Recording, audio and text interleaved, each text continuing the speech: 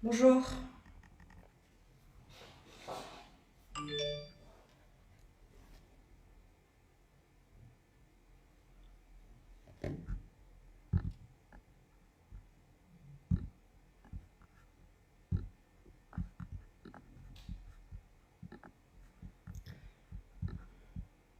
Bonjour.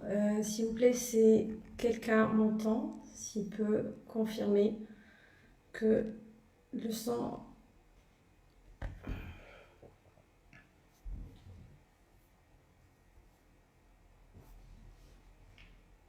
Bonjour.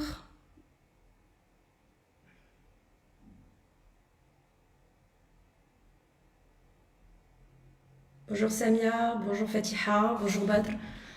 Donc merci de faire un petit retour s'il vous plaît.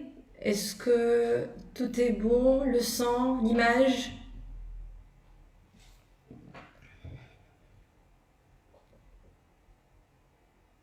Parfait. Donc on va attendre 2-3 minutes, pas plus, donc le temps que les autres puissent nous rejoindre. Donc comme c'est mentionné, donc aujourd'hui le module concerne les techniques de vente qui sera animé par moi-même, Mariam Qsbi. Donc c'est notre deuxième séance.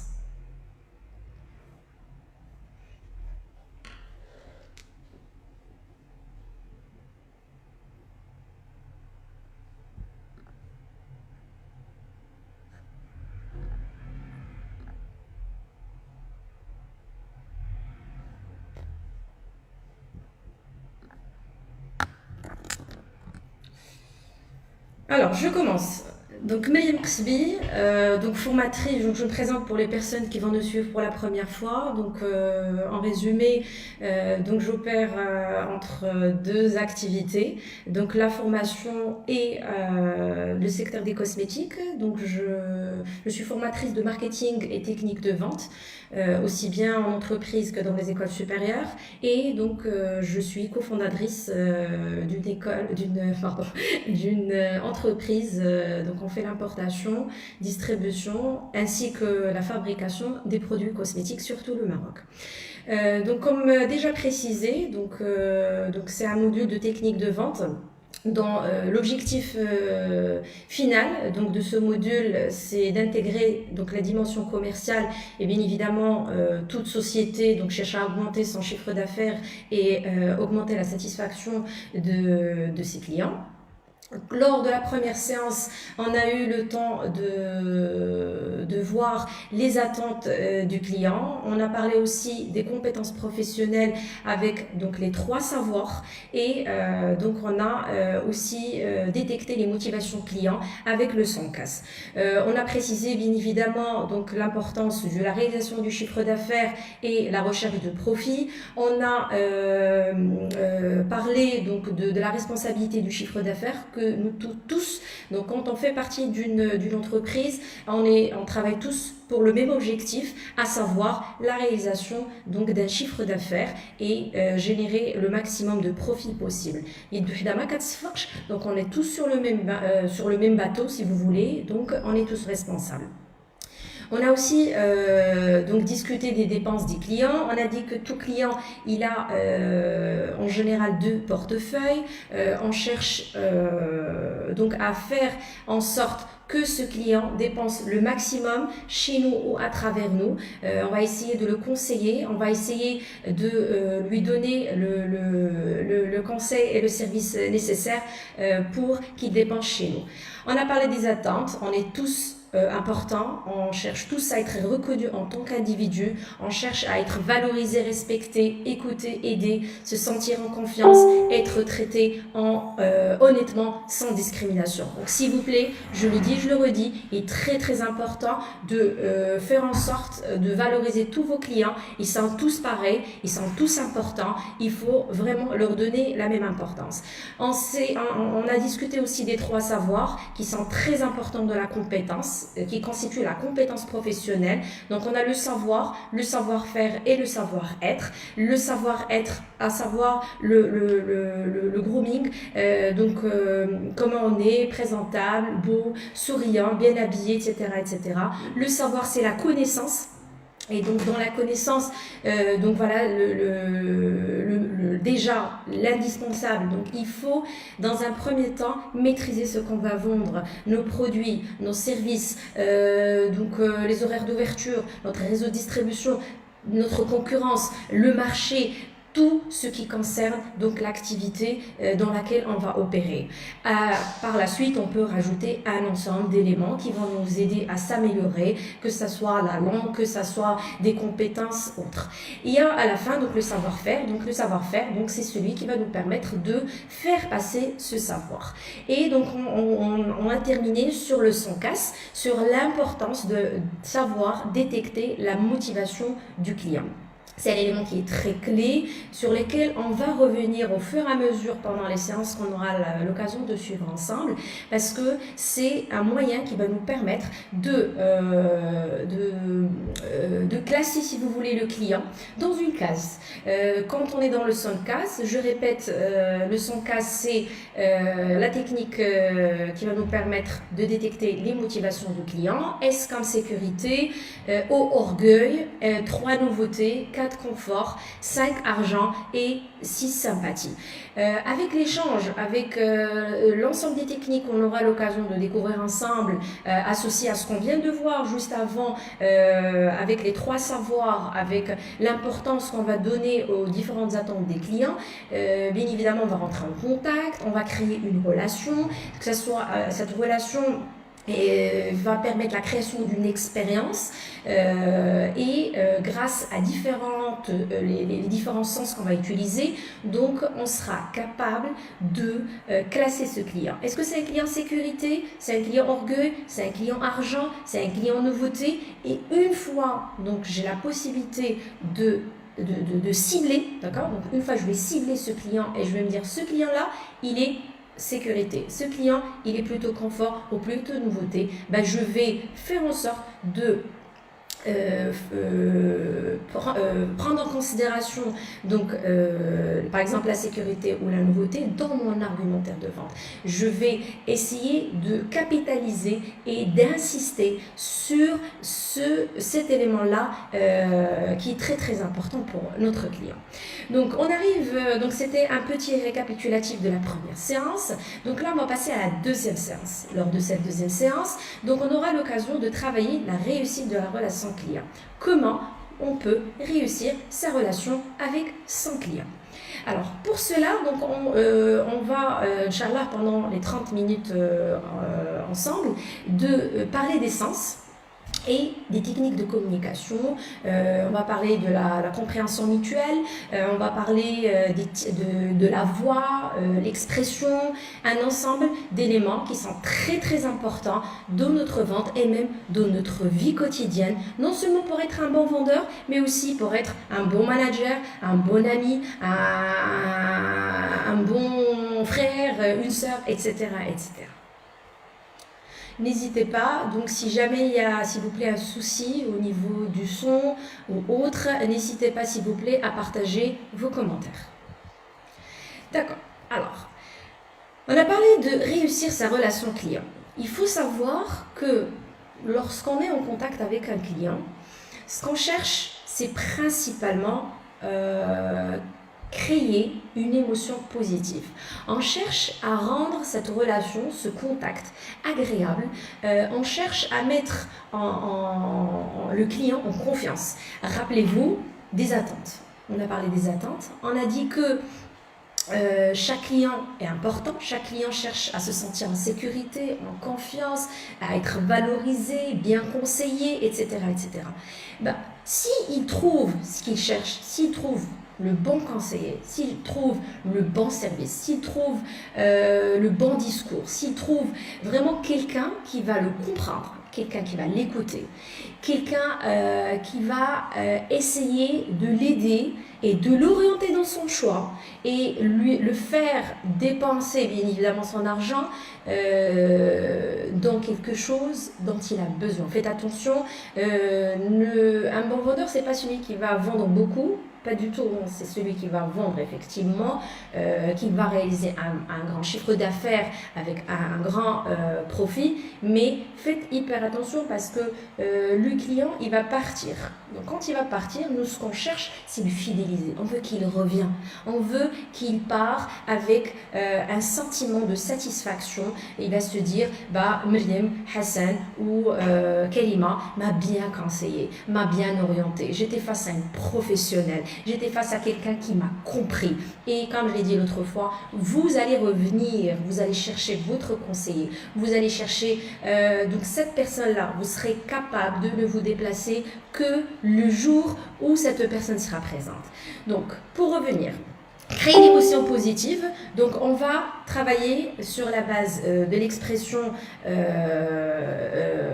sensorielle, comme je viens de préciser, et on va travailler aussi donc l'expérience relationnelle. Dans l'expérience sensorielle, bah, c'est les sens, on va les voir, et l'expérience relationnelle, donc c'est la relation, donc c'est un peu ce qui va se passer quand on va créer le contact. Dans l'expérience sensorielle, donc ça va englober énormément de choses, à savoir dans un premier temps, exemple les odeurs, les sons, la température, l'architecture, l'environnement, la lumière, la décoration. Donc c'est un ensemble de variables qui sont très très importants et sont clés de plus en plus de nos jours. Je donne un exemple. Si vous rentrez dans un magasin ou dans un restaurant, si la température, si il fait très chaud, c'est désagréable. S'il fait très froid, c'est désagréable. Si ça sent bon, ça donne envie quand on rentre dans ce magasin. Si ça sent mauvais, en aucun cas on va rentrer. L'environnement. Pourquoi les gens font attention de plus en plus à l'environnement, à la qualité d'éclairage, à la décoration, au niveau du son. Vous imaginez, vous rentrez dans des magasins où la musique est très très forte. C'est désagréable. Faites attention, c'est très très très important parce que ça nous permet, dans un premier lieu, de donner envie à ce client, déjà, de rentrer chez nous. Pareil, maintenant, on est beaucoup plus sur le digital. Bah, si la plateforme, donc l'ergonomie, si la qualité d'image, énormément de choses et de variables au niveau du site web vont susciter notre intérêt. Donc on va choisir, sans nous rendre compte, on va faire un choix d'aller sur cette page ou de ne pas y aller. Parce que le message était clair, parce que c'était court, parce que c'était agréable, parce que la musique était, le son, il n'y avait pas de bruit. Vous imaginez la qualité de la formation. Là, actuellement, je suis en live. Vous imaginez, c'est pour cela on insiste. Est-ce que c'est bon? Est-ce que vous écoutez? Est-ce que le son, s'il vous plaît, n'hésitez pas, parce que c'est très très important. Pareil, donc vous rentrez dans un magasin, vous rentrez dans un restaurant, vous rentrez dans un hôtel, n'importe quel endroit, si ça sent bon, si le son, il est ni fort, ni... Il faut en fait, moi, lors de mes interventions, je dis toujours aux gens, le client ne doit pas fournir d'efforts. Il doit être vraiment, il est reposé, il est soulagé, il est zen. Souvent, d'ailleurs, on va en parler lors de la voix et de l'expression. Un client, il ne doit pas vous dire pardon, j'ai pas entendu, vous pouvez répéter non, quoi, pardon. Donc, si rien que ça, c'est un signe que ça ne va pas. Donc, l'expression sensorielle, c'est un élément clé. Il faut que ça soit beau. Donc, c'est comme le savoir-être. Donc, on doit être beau, on doit être bien habillé, on doit sentir bon, on doit être souriant, bien coiffé, etc., etc. Bah, le lieu lui-même donc doit être et doit donner envie. Après, on a l'expérience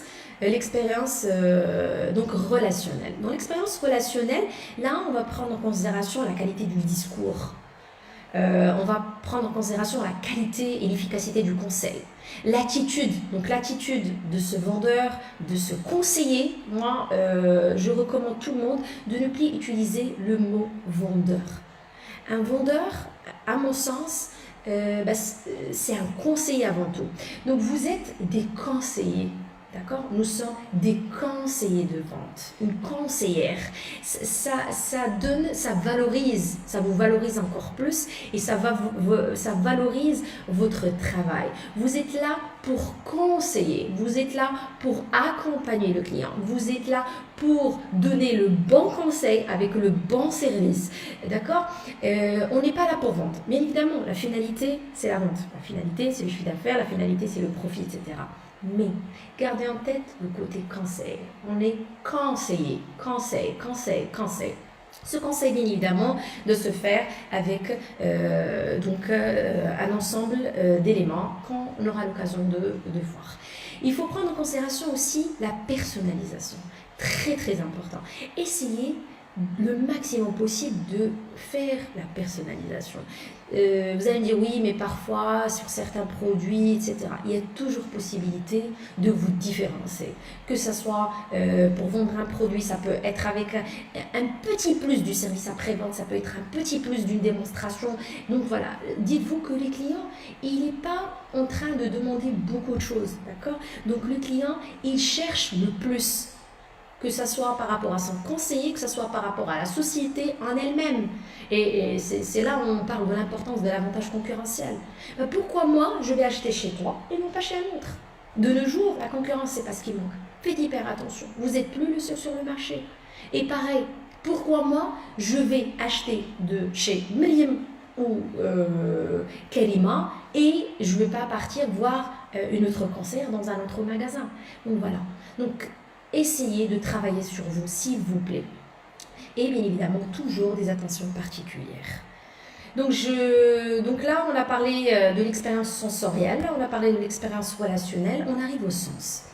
Quand on parle des sens, donc les sens dans la vente, donc j'adore cette partie parce que ça dépasse non seulement la vente mais la vie quotidienne, tous les jours.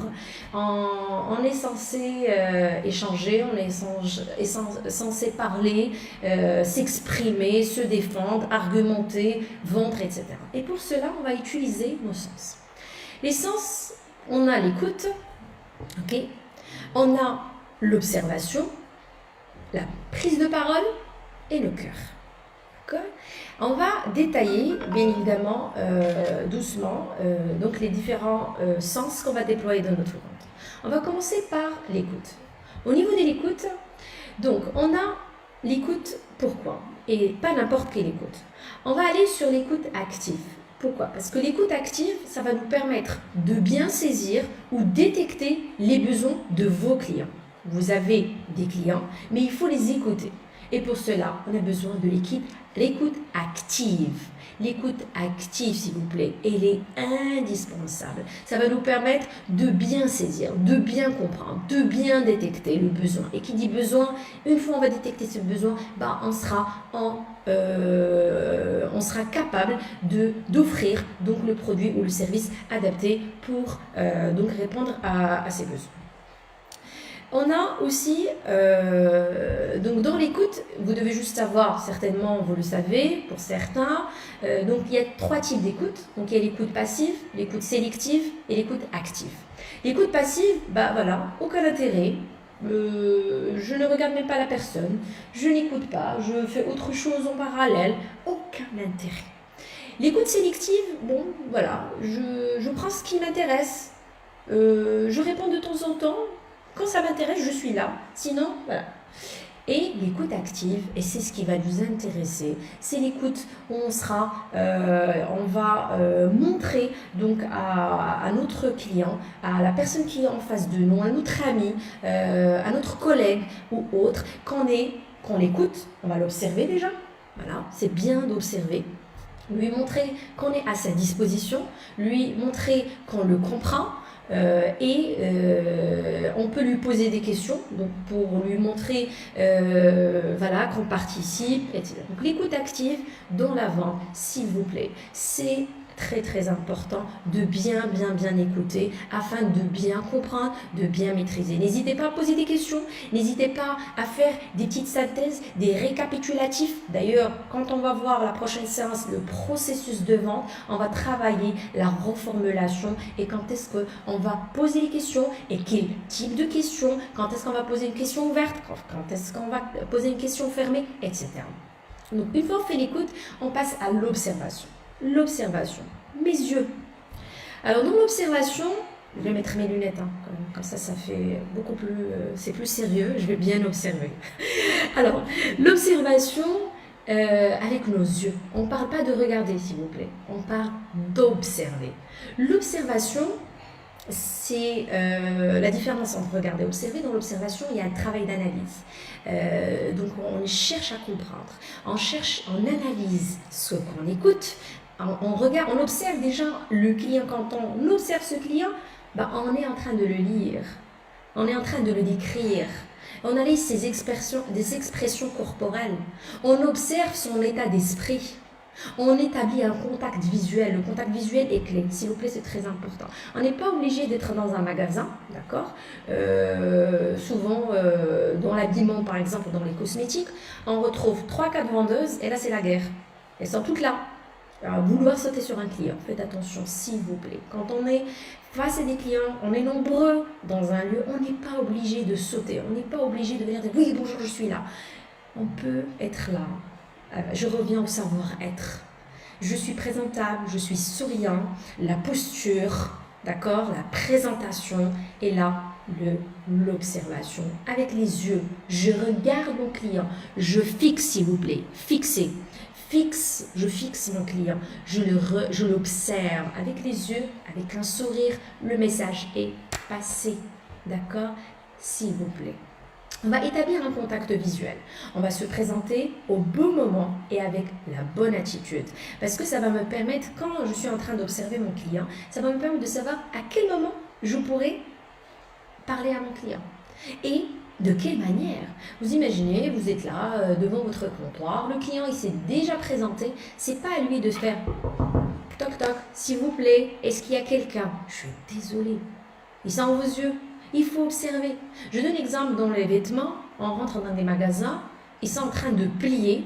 Ouais, c'est les one. Donc, nous, quand on veut chercher une taille, donc on va vraiment mettre le désordre.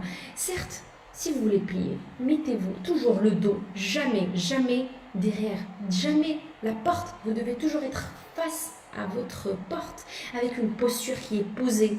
D'accord? Je suis en train de plier, mais je suis toujours posée. Je toujours mes yeux fixés, donc direction de la porte. Et quand le client il rentre, j'arrête. J'arrête, c'est simple. J'arrête de plier. J'arrête et j'observe. J'observe mon client. Je lui montre que je suis à sa disposition. Je lui montre que je l'ai vu, que je suis là pour lui et qu'il n'hésite pas de faire appel à moi en cas de besoin.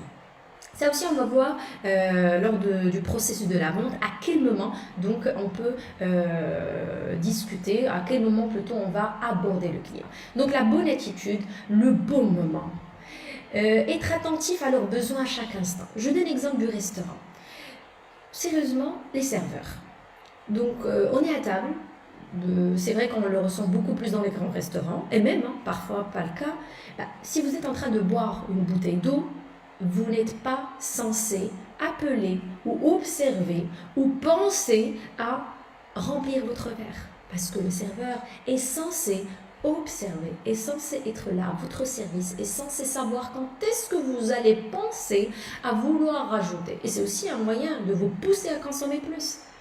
Parce qu'à chaque fois, il va venir avec le beau sourire, il va vous servir et vous serez tout content. Et à ce moment-là, vous n'hésiterez pas à lui demander de vous rajouter.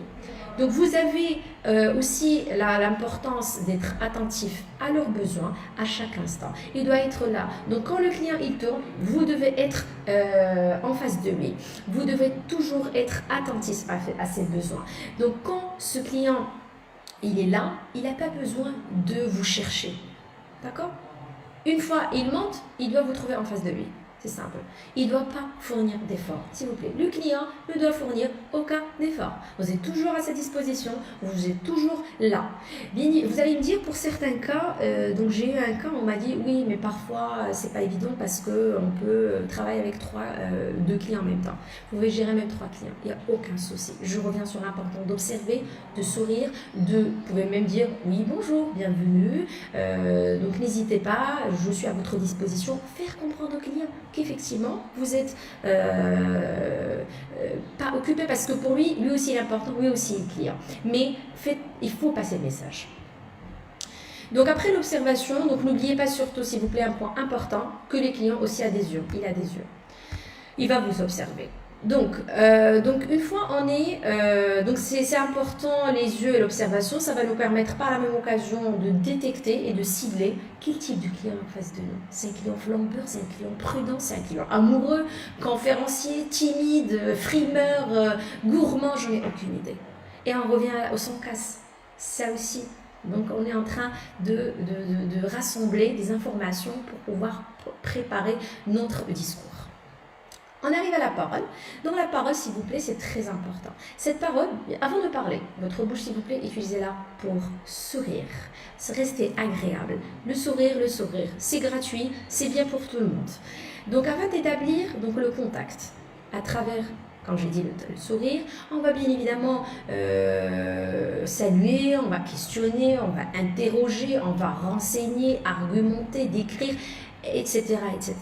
Donc, on va utiliser la parole ou notre bouche, plutôt la bouche, pour un ensemble d'éléments. Donc, on a parlé de l'observation, on a parlé de l'écoute, et là, on va parler de la relation humaine et la communication.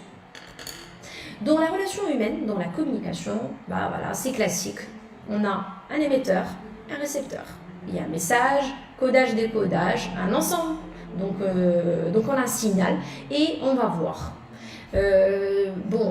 Lors de mes interventions, on fait un peu l'exercice du téléphone arabe. Vous pouvez le faire entre vous, en famille, vous pouvez vous amuser. Donc vous pouvez le faire, vous donnez un message à une personne.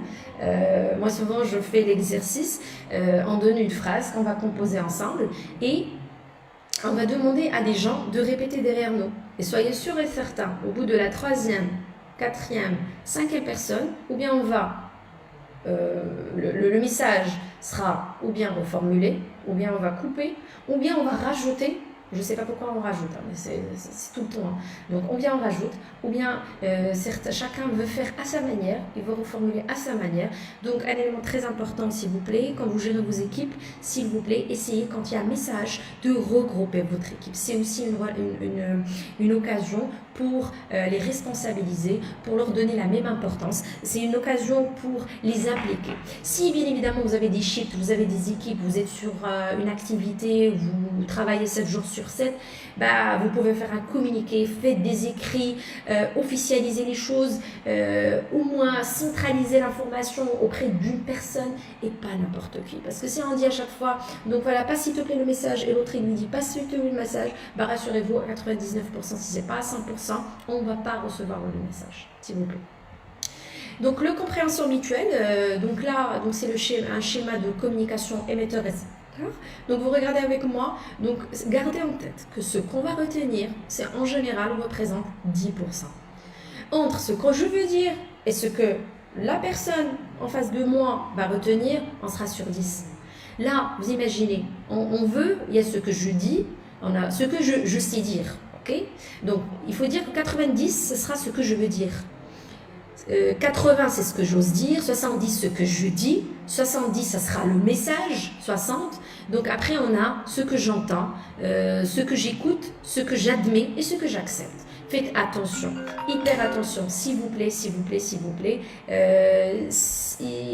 Dans la compréhension mutuelle, on ne va pas tout retenir. D'où l'importance de faire attention dans notre expression, à bien passer le message, à être clair, à être précis et surtout le non-verbal. Donc le non-verbal, très très important et qui va représenter 60% de notre échange. Dans la compréhension mutuelle, donc je dois faire attention principalement à l'expression. L'expression doit être rassurée. Elle ne doit pas être agressive, elle ne doit pas être passive-agressive. Elle doit être assurée. Donc l'expression agressive, c'est quand on est dans désordre. C'est quand on frappe par exemple, mais c'est quoi ça? Ne pas crier, ne pas donner d'ordre. Voilà, il faut faire hyper attention. L'expression passive-agressive, je peux par exemple, entre mes gestes, d'accord, les gestes et ce que je dis. Par exemple, oui, très bien, très bien. Oui, vous imaginez, c'est déstabilisant. D'accord. Donc, c'est quand il y a un écart entre mes expressions, entre mon non-verbal. Quand je dis waouh, oui, waouh. Faites attention, s'il vous plaît. L'expression, le non-verbal, il est très très important. Et faut pas oublier que c'est ce qu'on va retenir le plus. L'expression assurée, par contre, là, on a une posture qui est, en fait, il y a une assurance. On va observer, on écoute, donc on va s'exprimer d'une manière qui est avec respect, avec c'est-à-dire l'argumentaire que je vais utiliser. Il faut faire attention, s'il vous plaît, à vos mots, les mots utilisés, le non-verbal, etc. Donc une expression qui est assurée. Et dans l'expression qui est assurée, s'il vous plaît, l'importance de la voix. Je le dis, je le redis toujours dans mes interventions. La voix est composée de 4 éléments. On a l'articulation, le volume, le débit et l'intonation. L'articulation, moi je le dis, c'est, je dis aux gens, si, ceci, ce c'est. Ce soin sera sans succès. Vous imaginez? Donc les sons. Il faut faire hyper attention aux sons. On doit bien écouter, on doit bien différencier et il faut que ça soit très clair. Donc l'articulation. Après, il y a le volume. Ça va? Vous avez compris? Vous imaginez, je commente. Donc, le volume. Donc, bonjour. Ça va? Bonjour. Vous imaginez le volume. Si je parle très doucement, c'est désagréable. Qui sera là? Pardon? Quoi? Si je crie, oh là, ça va pas, c'est agressif. Après, il y a le débit. Bonjour, aujourd'hui, nous allons présenter. Vous imaginez? Qui va te suivre? Bonjour, aujourd'hui. J'arrive pas. Personnellement, je ne supporte pas ces gens-là. Le débit doit ni être rapide, ni... C'est-à-dire, il ne faut pas parler doucement non plus. Il faut trouver le juste milieu. Et l'intonation. Alors, l'intonation, c'est l'expression des sentiments. Donc, s'il vous plaît, faites attention. Quand on exprime dans l'intonation, on peut dire, par exemple, « Ah, super !» « Ah, super !» Vous imaginez? Donc, on exprime notre joie. On exprime un peu qu'on n'est pas content. Et l'intonation, c'est ce qu'on retient le plus. En plus du non-verbal, l'intonation. S'il vous plaît, l'intonation. Quand on est content, ah, oh, c'est toi. Donc voilà, c'est toi. Donc attention s'il vous plaît. L'intonation, ça nous permet de faire passer un message et une expression. Donc, par rapport à la compréhension mutuelle, donc comme je viens de dire, la communication non verbale représente 60%, l'intonation va représenter 30%, alors que les mots vont représenter que 10%. Donc, s'il vous plaît, pas la peine de trop parler. Soyez efficace, parlez peu, d'accord? Mais soyez efficace. Donc, 60 non verbales, 30 intonations et 10 les mots. Une fois, donc là on a parlé, je récapitule, de l'observation, on a parlé de l'écoute active, on a parlé de l'importance du sourire quand on prend la parole, quand on communique, faire hyper attention donc à notre expression assurée, à notre voix, à notre articulation, à notre volume, à notre débit.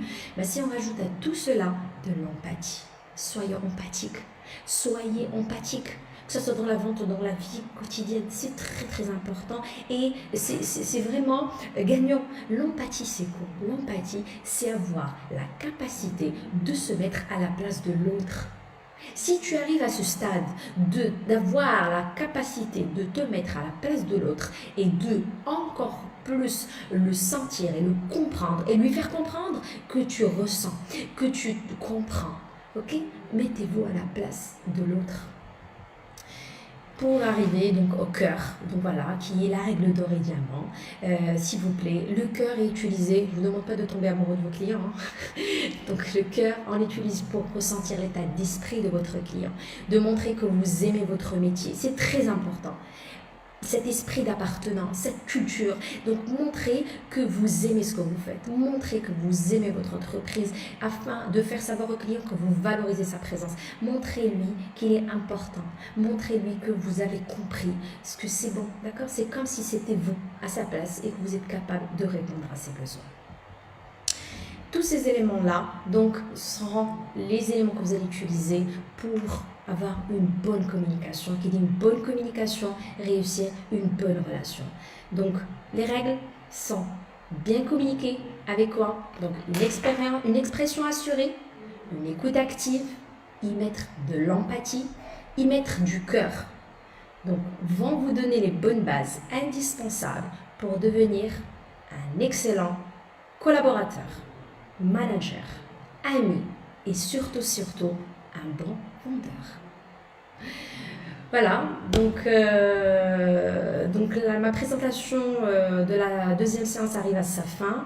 Comme j'ai expliqué, on a parlé, donc juste pour récapituler, on a parlé de l'importance, s'il vous plaît, des savoirs. N'hésitez pas, c'est très important. Le savoir-être, le savoir et le savoir-faire. On a parlé des attentes qui sont très très importantes de tout client.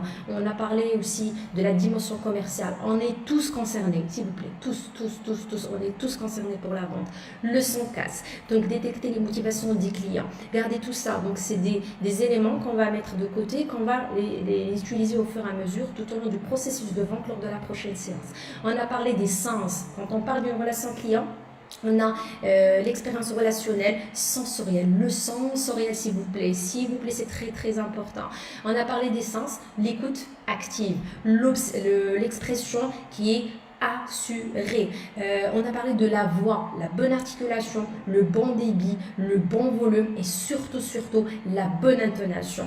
On a aussi parlé du non-verbal qui représente 60% l'intonation, 30% les mots, que 10%. Donc s'il vous plaît, pas la peine de trop parler. Et on a fini avec l'empathie, y mettre du cœur, faire comprendre à votre client que vous le comprenez, que vous le sentez, que vous avez maîtrisé son besoin, que vous aimez surtout votre travail, que vous êtes là pour répondre et satisfaire ce besoin. Sur ce, je vous donne rendez-vous à la troisième séance le mercredi prochain. Une deuxième fois, je félicite donc l'ensemble des personnes qui ont initié donc Krayaf Dar. Toujours un grand merci à Salah Din Nabira, à Badr, Boulek, pour tous vos efforts, à toute l'équipe, et je sais qu'il y a énormément de gens derrière. Toujours un plaisir de faire partie de ces intervenants. N'hésitez pas à nous envoyer vos commentaires, vos messages. Partagez s'il vous plaît la page que ce soit sur les pages Facebook ou sur YouTube, parce que donc comme vous l'avez déjà remarqué certainement, donc les lives sont par la suite disponibles au niveau de notre chaîne YouTube. Bonne journée, bonne semaine, gardez le sourire. Inch'Allah, au revoir.